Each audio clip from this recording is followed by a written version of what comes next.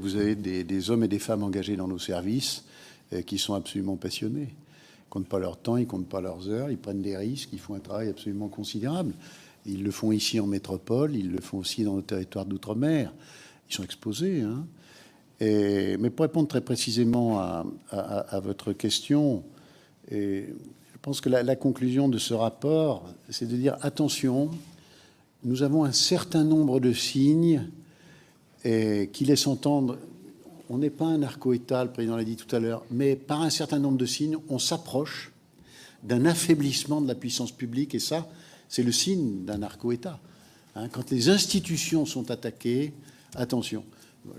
J'ai cité un exemple simple. Hein. Quant au tribunal de Valence, le président du tribunal lui dit « Attendez, nous, on rend des décisions. Il y a 300 personnes qui sont à la porte du tribunal, qui hurlent, qui font pression.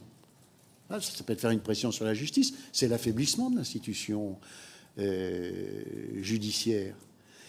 Dans les affaires de corruption, on a constaté, alors c'est mal aujourd'hui identifié, référencé, mais on a constaté que c'était des services névralgiques.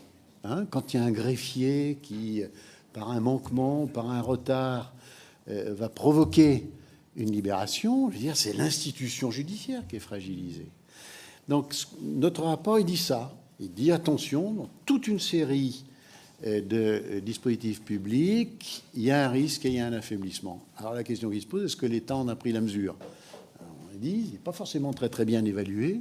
Et quand il s'agit de mettre en place des dispositifs en face, on va être très clair, ça va nécessiter des moyens. Alors, dans une France qui est un peu à la peine pour équilibrer son budget, ça, c'est un véritable sujet. Mais nous terminons en disant ça doit être une priorité, parce qu'il y a un risque majeur pour la nation.